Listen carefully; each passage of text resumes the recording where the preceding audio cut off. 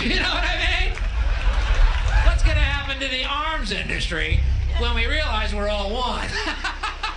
It's going to fuck up the economy. The economy that's fake anyway. The economy that's fake anyway. The economy that's fake anyway. The economy that's fake anyway. The economy that's fake anyway. Which would be a real bummer. You can see why the government's cracking down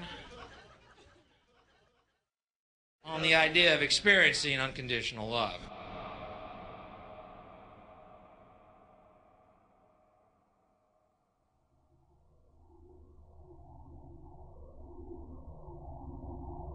Once we understand that the integrity of our personal existences are completely dependent on the integrity of everything else in our world, we have truly understood the meaning of unconditional love. For love is extensionality, and seeing everything as you and you as everything can have no conditionalities. For, in fact, we are all everything at once. If it's true that we're all from the center of a star, every atom in each of us from the center of a star, then we're all the same thing. Even a Coke machine or a cigarette butt in the street in Buffalo is made out of atoms that came from a star. They've all been recycled thousands of times, as have you and I. And therefore, it's only me out there. So what is there to be afraid of? What is there that needs solace-seeking? Nothing. There's nothing to be afraid of because it's all us. The trouble is we have been separated by being born and given a name and an identity and being individuated. We've been separated from the oneness, and that's what religion exploits, that people have this yearning to be part of the overall one again. So they exploit that. They call it God. They say he has rules. And I think it's cruel. I think you can do it absent religion.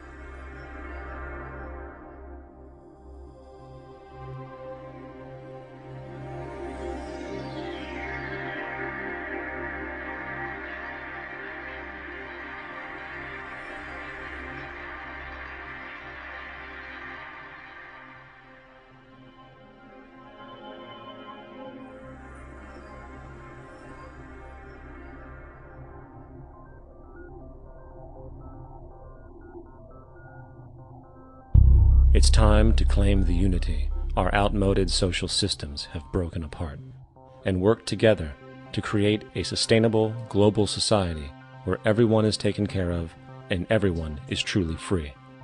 Your personal beliefs, whatever they may be, are meaningless when it comes to the necessities of life. Every human being is born naked, needing warmth, food, water, shelter. Everything else is auxiliary. Therefore, the most important issue at hand is the intelligent management of the Earth's resources. This can never be accomplished in a monetary system, for the pursuit of profit is the pursuit of self-interest, and therefore imbalance is inherent. Simultaneously, politicians are useless, for our true problems in life are technical, not political. Furthermore, ideologies that separate humanity, such as religion, need strong reflection in the community in regard to its value, purpose, and social relevancy. Hopefully, through time, religion will lose its materialism and basis in superstition and move into the useful field of philosophy. The fact is, society today is backwards, with politicians constantly talking about protection and security rather than creation, unity, and progress. The U.S. alone now spends about $500 billion annually on defense. That is enough to send every high school senior in America to a four-year college. In the 1940s, the Manhattan Project produced the first true weapon of mass destruction. This program employed 130,000 people at an extreme financial cost. Imagine what our life would be like today if that group of scientists, instead of working on a way of killing people, worked on a way to create a self-sustaining, abundant world. Life today would be very, very different if that was their goal. Instead of weapons of mass destruction, it is time to unleash something much more powerful. Weapons of mass creation. Our true divinity is in our ability to create, and armed with the understanding of the symbiotic connections of life, while being guided by the emergent nature of reality, there is nothing we cannot do or accomplish. Of course, we face strong barriers in the form of established power structures that refuse to change. At the heart of these structures is the monetary system. As explained earlier, the fractional reserve policy is a form of slavery through debt, where it is literally impossible for society to be free. In turn, free market capitalism in the form of free trade uses debt to imprison the world and manipulate countries into subservience to a handful of large business and political powers. Apart from these obvious amoralities, the system itself is based on competition, which immediately destroys the possibility of large-scale collaborations for the common good, hence paralyzing any attempt at true global sustainability. These financial and corporate structures are now obsolete, and they must be outgrown. Of course, we cannot be naive enough to think that the business and financial elite are going to subscribe to this idea, for they will lose power and control. Therefore, peaceful yet highly strategic action must be taken. The most powerful course of action is simple. We have to alter our behavior to force the power structure to the will of the people. We must stop supporting the system. The only way the establishment will change is by our refusal to participate, while continuously acknowledging its endless flaws and corruptions. They're not going to give up the monetary system because of our designs of what we recommend. The system has to fail, and people have to lose confidence in their elected leaders. That will be a major turning point if the Venus Project is offered as a possible alternative. If not, I fear the consequences. The trends now indicate that our country is going bankrupt. The probability is our country will move toward a military dictatorship to prevent riots and complete social breakdown. Once the U.S. breaks down, all the other cultures will undergo similar things. As of now, the world financial system is on the brink of collapse due to its own shortcomings. The Comptroller of Currency stated in 2003 that the interest on the U.S. national debt will not be affordable in less than 10 years. This theoretically means total bankruptcy for the U.S. economy, and its implications for the world are immense. In turn, the fractional reserve-based monetary system is reaching its theoretical limits of expansion, and the banking failures you are seeing are just the beginning. This is why inflation is skyrocketing, all debt is at record levels, and the government and Fed are hemorrhaging new money to bail out the corrupt system. For the only way to keep the banks going is by making more money. The only way to make more money is to create more debt and inflation. It is simply a matter of time before the tables turn, and there is no one willing to take new loans, while defaults grow, as people are unable to afford their current loans. Then the expansion of money will stop, and contraction will begin on a scale never before seen, ending a century-long pyramid scheme. This has already begun. Therefore, we need to expose this financial failure for what it is, using this weakness to our advantage. Here are some suggestions. Expose the banking fraud. Citibank, JP Morgan Chase, and Bank of America are the most powerful controllers within the corrupt Federal Reserve System. It's time to boycott these institutions. If you have a bank account or a credit card with any of them, move your money to another bank. If you have a mortgage, refinance with another bank. If you own their stock, sell it. If you work for them, quit. This gesture will express contempt for the true powers behind the private banking cartel known as the Federal Reserve, and create awareness about the fraud of the banking system itself. 2. Turn off the TV news. Visit the emerging independent news agencies on the internet for your information. CNN, NBC, ABC, Fox, and all the others present all news pre-filtered to maintain the status quo. With 4 corporations owning all major media outlets, objective information is impossible. This is the true beauty of the internet, and the establishment has been losing control because of this free flow of information. We must protect the internet at all times, as it is truly our savior right now. 3.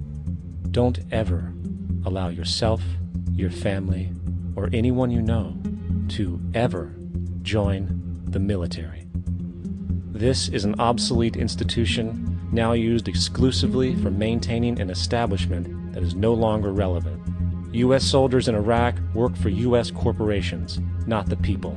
Propaganda forces us to believe that war is natural and the military is an honorable institution. Well, if war is natural, why are there 18 suicides every single day by American veterans who have post-traumatic stress disorder? If our military men and women are so honored, why is it that 25% of the American homeless population are veterans? 4. Stop supporting the energy companies. If you live in a detached house, get off the grid. Investigate every means of making your home self-sustainable with clean energy. Solar, wind, and other renewable energies are now affordable consumer realities, and considering the never-ending rising cost of traditional energies, it will likely be a cheaper investment over time. If you drive, get the smallest car you can, and consider using one of the many conversion technologies that can enable your car to be a hybrid, electric, or run on anything other than establishment fuels. 5. Reject the political system.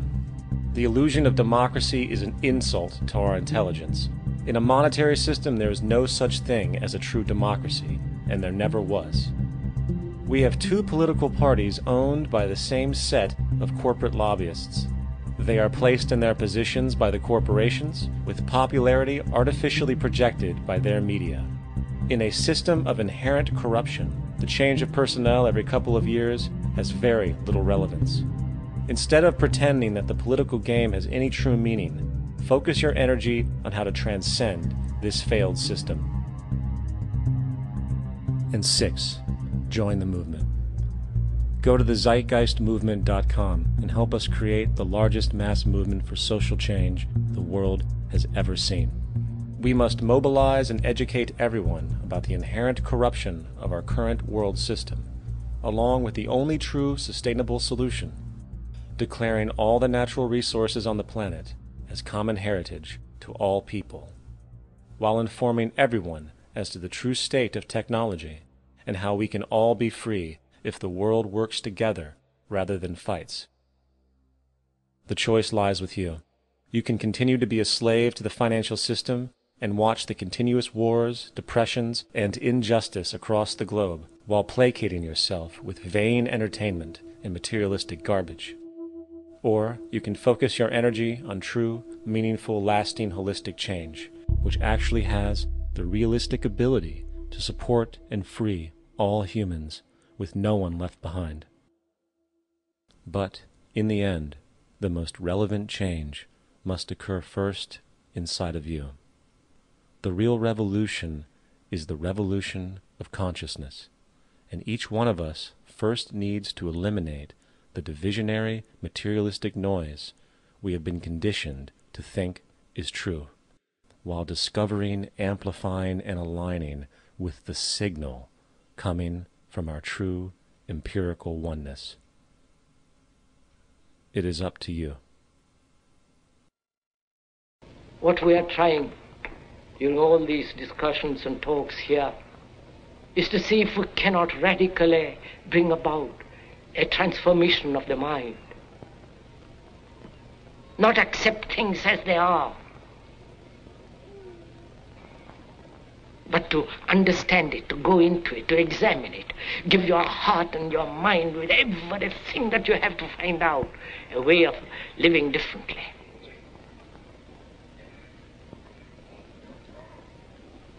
But that depends on you and not somebody else. Because in this there is no teacher, no pupil, there is no leader, there is no guru, there is no master, no savior. You yourself are the teacher and the pupil, you are the master, you are the guru, you are the leader. You are everything. And to understand is to transform what is.